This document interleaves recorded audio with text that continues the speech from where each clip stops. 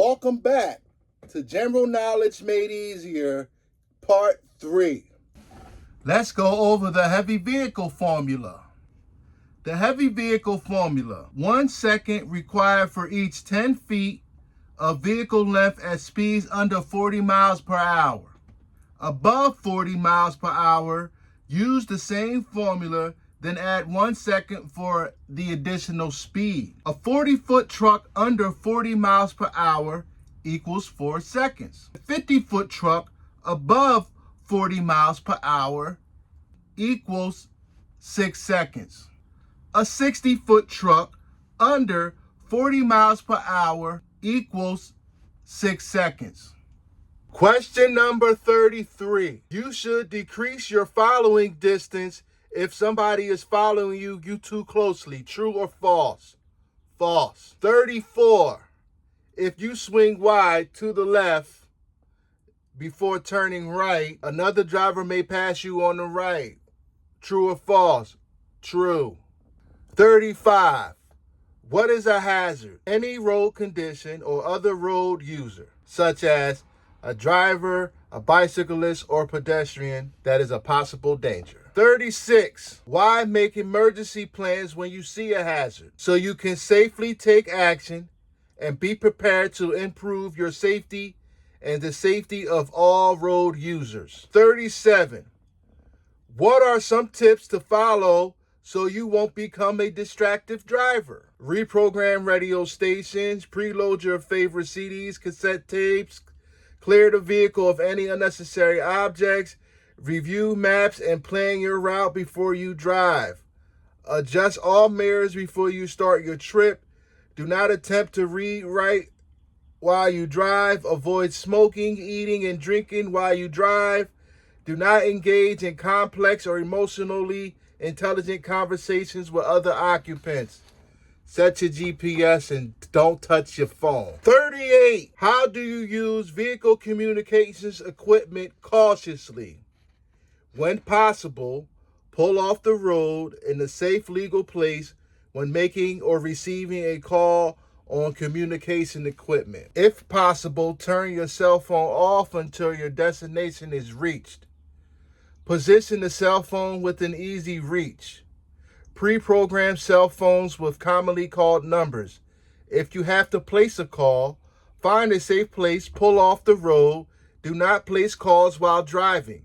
If you must use your phone, keep conversations short. Hang up in tricky traffic situations. Do not use communication equipment when approaching locations where there's heavy traffic, road construction, heavy pedestrian traffic, or severe weather conditions. Do not attempt to read messages on your cell phone, satellite system, or anything of that nature while driving.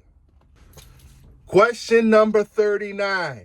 How do you recognize a distracted driver? Vehicles that drift over the lane dividers, lines, or within their own lane. Vehicles traveling at inconsistent speed.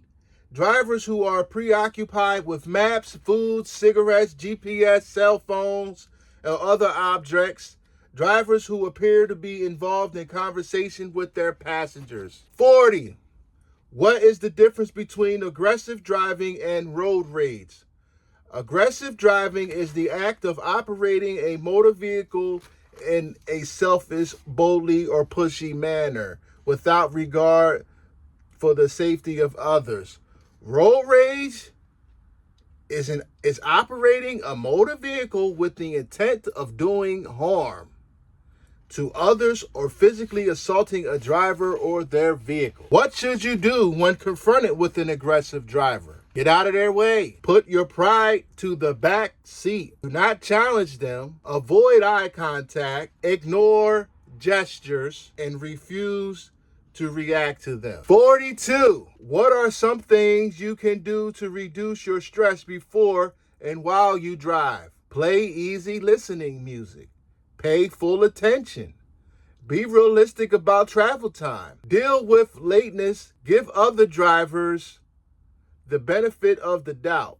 Slow down and keep your following distance reasonable. Don't drive slowly in the left lane. Avoid gestures and be cautious and courteous as a driver. You should use low beams whenever you can. True or false? False. 44. What should you do before you drive if you are drowsy? Sleep. 45. What effects can wet brakes cause? How can you avoid these wet brakes? Wet brakes can cause weak brakes, brakes that apply unevenly, or grabbing brakes. The lack of braking power, wheel lockups, and pulling to either side. If you are driving a tractor trailer, that can cause a jackknife. You can avoid these problems by slowing down, placing your transmission in a lower gear, and gently applying the brakes when going through deep puddles. 46. You should let air out of hot tires so the pressure gauges go back to normal. True or false? False. 47. You can safely remove the radiator cap as long as the engine is overheated. Yes or no? Yes, if the container is not part of a pressurized system, the cap can be removed safely. No, never remove the radiator cap or any part of a pressurized system until the system has cooled. 48. What factors determine your selection of a safe speed when going down a long, steep downgrade? Total weight of vehicle and cargo, length of grade, steepness of the grade, road conditions, and weather. 49. Why should you be in the proper gear before starting downhill? You should be in the proper gear before starting downhill because once your speed builds up, going downhill, you will not be able to shift into a lower gear. You may not be able to get back into any gear, and all engine and braking effect will be lost. Forcing an automatic transmission into a lower gear at high speeds may damage and leads to loss of engine and braking effect. Number 50. Describe the proper braking technique when going down a long, steep downgrade. Step 1. Apply brakes hard, just enough to feel a definite slowdown. Step 2. When your speed reaches 5 miles per hour below your safe speed, release your brakes. This brake application should last about 3 seconds. When your speed increases to your safe speed, repeat step 1 and step 2. 51. What type of vehicles can get stuck on a railroad highway crossing? Low slug units, low boy, car carrier, moving van, possum belly, livestock trailer. 52. How long does it take for a typical tractor trailer unit to clear a single and double track? It takes a typical tractor trailer unit at least 14 seconds to clear or a single track and more than 15 seconds to clear a double track. 53. Stopping is not always the safest thing to do in an emergency. True or false? True. 54. What are some advantages of going right instead of left around an obstacle? The shoulder is usually clear and vehicles usually pass on the left. You won't force anyone into opposing traffic lane and possible have a head-on collision. 55. What is an escape ramp? It's an escape ramp to pull off the road to slow your vehicle down in case of emergency. You have a whole lane to come to a stop. 56. If a tire blows out, you should put the brakes on hard to stop quickly. True or false? False. 57. How do you know if a vehicle has anti-lock brakes? Tractors manufactured after 3/1/97 and trucks and buses manufactured after 3/1/98 will have a yellow ABS light on the instrument panel. Trailers will have yellow ABS mount functioning lamps on the left side, either of the front or rear corner. Dollies manufactured on or after 3/1/98 are required to have a lamp on the left side. On newer vehicles, the ABS will appear during startup and disappear quickly. On older vehicles, ABS light will not disappear until you have reached 5 miles per hour. 58. What is the proper braking technique when driving a vehicle with anti-lock brakes? Use the brake as usual. You only need the braking force necessary to stop safely and stay in control. 59. How do anti-lock brakes help you? They help you avoid wheel lockup and maintain control. 60. What are some things to do at an accident scene to prevent another accident? Protect the area, Notify authorities. Care for the injured. 61. Name 2 causes of tire fires. Underinflated tires and duals that touch. 62.